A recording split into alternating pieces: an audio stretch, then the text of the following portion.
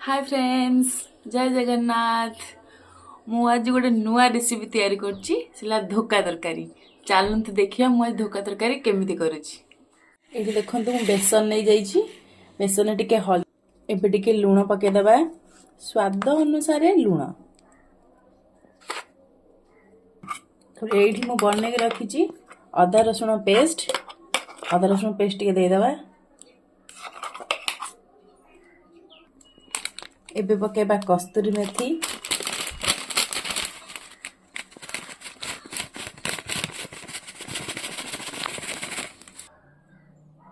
एबे टिके पानी दबा, अल्प अल्प करी पानी दबा, नने मसला टिके पानी अछि ना तो पानिया हे जिवो। टिके अल्प अल्प पानी देकी भलसे टिके गुळै दबा। एमती गुळै चलंतु एमती। मोर बेसनटा गोळा हे गला। एबे नै जिबा, एबे आकु जंती दबा भलरे। मोर कढ़ा बसे की तेलटा को पूरा गरम कर देछि। एबे आकु ढाली दबा।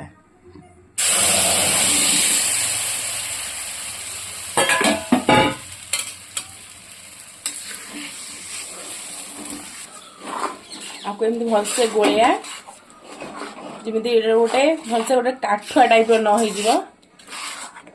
एमती गोळेबा, आकु एमती भलसे गोळेबा न लागि जिवो। ये एबे हे गला।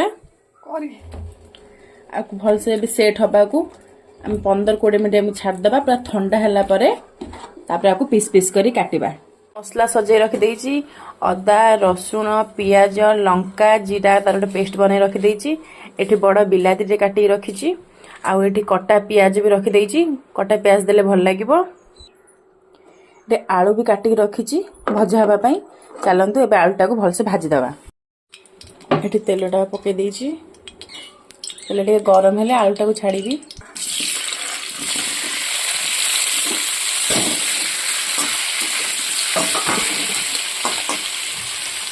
हल्दी पके दबा, लूण पके दबा, से गोले दबा।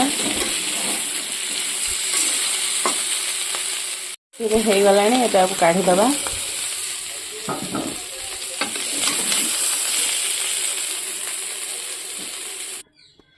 देखो ये पूरा भलसे सेट नहीं जाइए। आकु आम भलसे काटिदबा। पनीर भाया पीस पीस करी काटिदबा।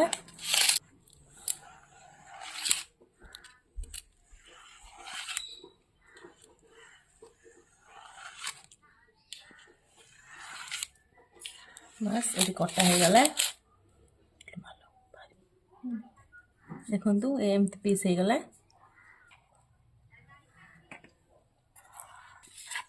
केते सुंदर भावरे सेट नहीं छि। केते स्पंजी देखाउ देखंतु। हमरा आलू भजा भी हो जाइथिला।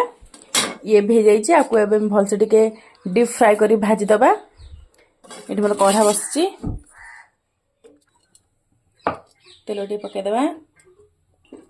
तेल पूरा गरम हेले ही जाई आकु छाड़ीबी, न होले लागी जिवो से सब। और छोटो पके देखु तेल गरम हे जी नाही। टिके टे गरम हे जे आटे भलसे गरम हे जाओ तापर छाड़िया। एबे छाड़ दबा।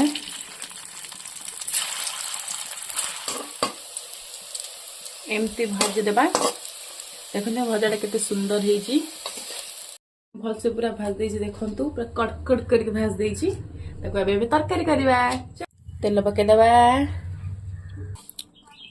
तेल पासिलानी कलर ह पेंडी चिन्नी पके दबा। चिन्नी पूरा कलर उठी पइलानी। एबे गोटा मसला पके दबा। एबे कटा छ प्याज छाड़ी दबा।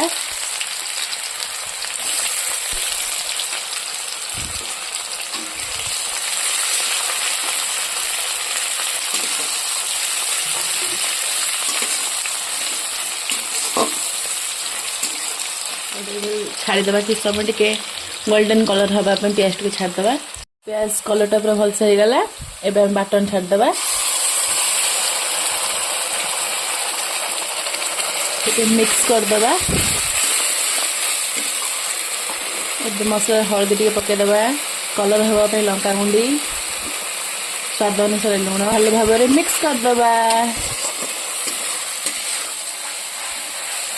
तापर स्वाद टिके भल हवा तरकारी ये कस्तूरी मेथी आउ टे पकईदे तरकारी स्वाद पूरा द्विगुणा हो गोटे गरम मसला पकईदे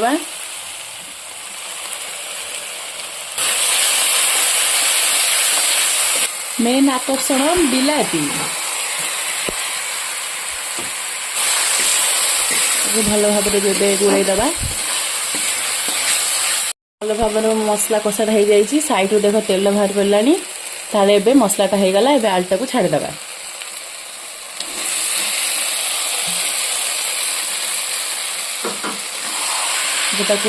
भलसे गोलैदबा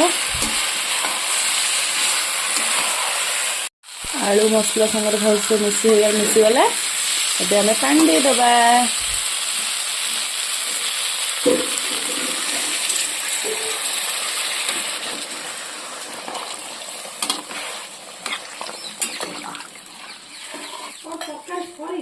आम 5 मिनट छाड़दबा ए घोड़ेदबा तरकारी ए भलसे फुटिला ए छाड़ीदबा ये मो तरकारी पूरा रेडी हो गला आमे चलुनु खाइबा को आपण खांतु पियंतु एंजॉय करंतु रहउची बाय।